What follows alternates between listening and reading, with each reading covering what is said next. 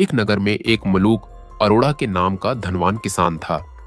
मलूक अरोड़ा गांव का चौधरी यानी पंचायती था। गांव में सरपंच की तरह था। एक बार मलूक जी के गांव में कबीर साहिब जी सत्संग करने आए हुए थे।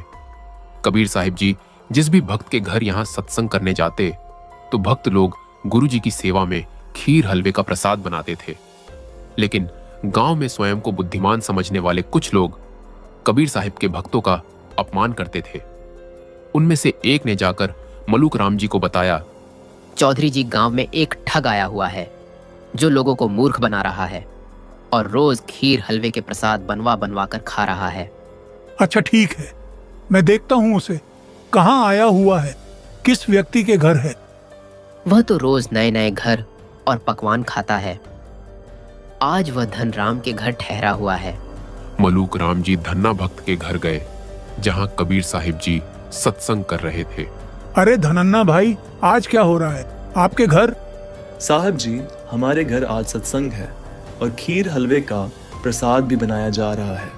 आप भी आइएगा सत्संग में। बड़े पहुंचे हुए संत हैं हमारे गुरुजी। अच्छा, कहाँ है आपके गुरुजी?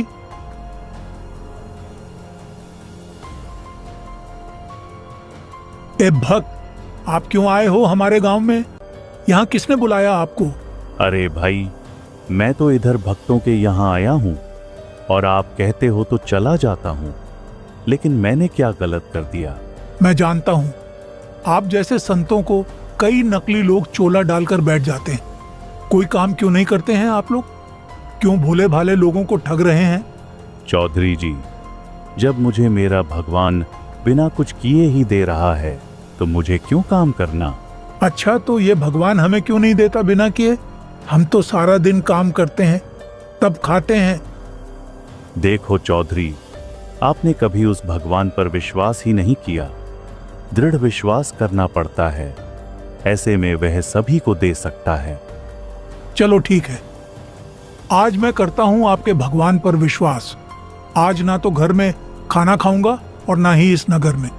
देखता हूं आपका भगवान मुझे कैसे खाना खिलाता है।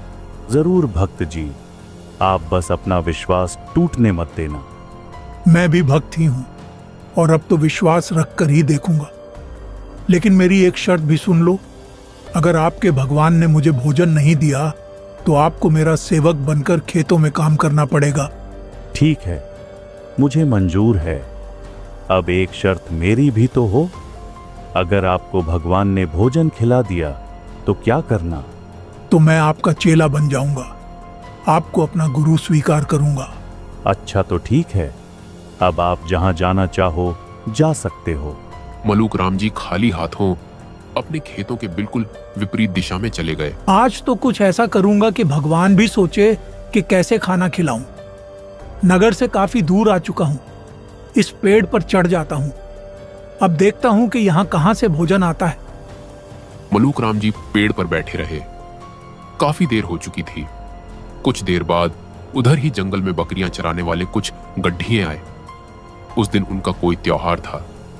तुम लोग यहाँ रुककर अपने लिए खीर बना लो, तब तक मैं कुछ और आगे बकरियां फेर लाता हूँ और अन्य साथियों को भी बुला लाता हूँ। ऐसा निर्णय कर उनमें से 2 गड़िए उसी पेड़ के नीचे खीर बनाने लगे और बाकी के बकरियां चराने लग जाते हैं। काफी देर बाद खीर बनकर लगभग तैयार थी। तभी इतने में उसी मार्ग से कुछ डाकू घोड़ों पर उसी तरफ आ रहे थे। घड़िए बनी बनाई खीर को छोड़कर वहां से भाग गए। डाकुओं ने आकर देखा कि अच्छी खीर की सी खुशबू आ रही थी। भाईजान, यहाँ तो खीर बनी पड़ी है, थोड़ी पेट की सलवटें मिटा लें क्या? भाई, भूख तो लगी है, लेकिन कहीं ऐसा ना हो कि किसी ने इसमें कुछ मिला दिया हो, हमारे लिए ही स्वांग रचा हो। पहले यह किसी पशु पक्षी को खिलाकर परख लो। अगर ऐसा है तो वह शख्स यही कहीं होगा, ढूंढो उसे।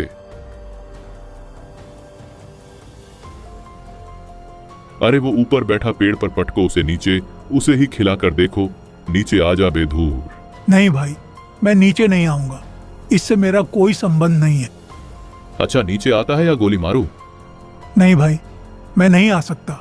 तुम लोग हो कौन? अबे गधे, ये हमारे साथ सरदार कालिया है, यानी इस इलाके के सबसे बड़े डाकू। नाम तो सुना ही होगा। अभी एक गोली लगेगी ना तो बिना उतरे ही गिर पड़ेगा। क्या माफ करना भाई साहब, मैं अभी आता हूं। चल चुपचाप इस खीर को खा। नहीं भाई साहब, आज मैं ये खीर नहीं खा सकता। अच्छा, इसका मतलब तूने इसमें कुछ तो मिलाया है और तू मेरे सामने बैठकर भी इतनी हिम्मत दिखा रहा है। चल जाते जाते यह बताता जा कि तूने इसमें क्या मिलाया है और किसके कहने पर यह सब किया है। आज तू मरेगा। नहीं नहीं सरदार भाई, ये खीर मैंने नहीं बनाया। ये तो कुछ घड़िए इधर आए थे, उन्होंने बनाई है। मैं तो बस पेड़ पर बैठा देख रहा था, इसमें कुछ नहीं मिला रखा। तो फिर तू इसे खा क्यों नहीं रहा? इसे खा ले वरना गोली मार दूंगा। मेरे को और मत उकसा। मलूक राम जी झट से खीर खा गए और उन्हें कई बार डाल डालकर खिला दी गई। मलूक राम जी काफी डर गए कि आज उनका मरना निश्चित है।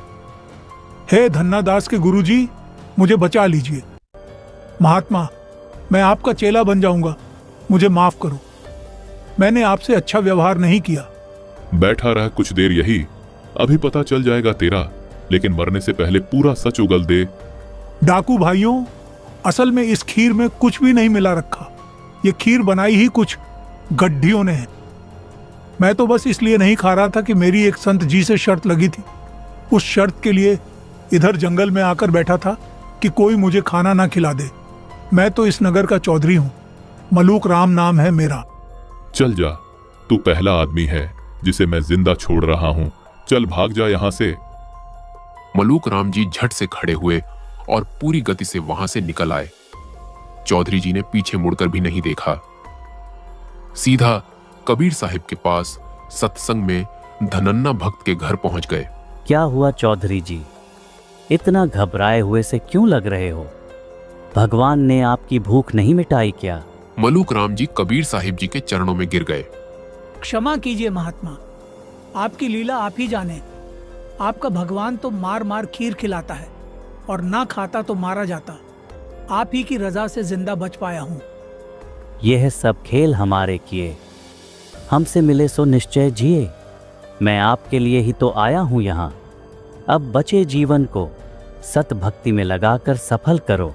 तब कबीर साहिब जी को अपना गुरु स्वीकार कर दीक्षा प्राप्त की। यह अनमोल ज्ञान जगत गुरु तत्वदर्शी संत रामपाल जी महाराज के सत्संग प्रवचनों से संग्रह किया गया है। संपूर्ण आध्यात्मिक ज्ञान प्राप्त करने के लिए अवश्य सुनिए जगत गुरु तत्वदर्शी संत रामपाल जी महाराज जी मंगल प्रवचन।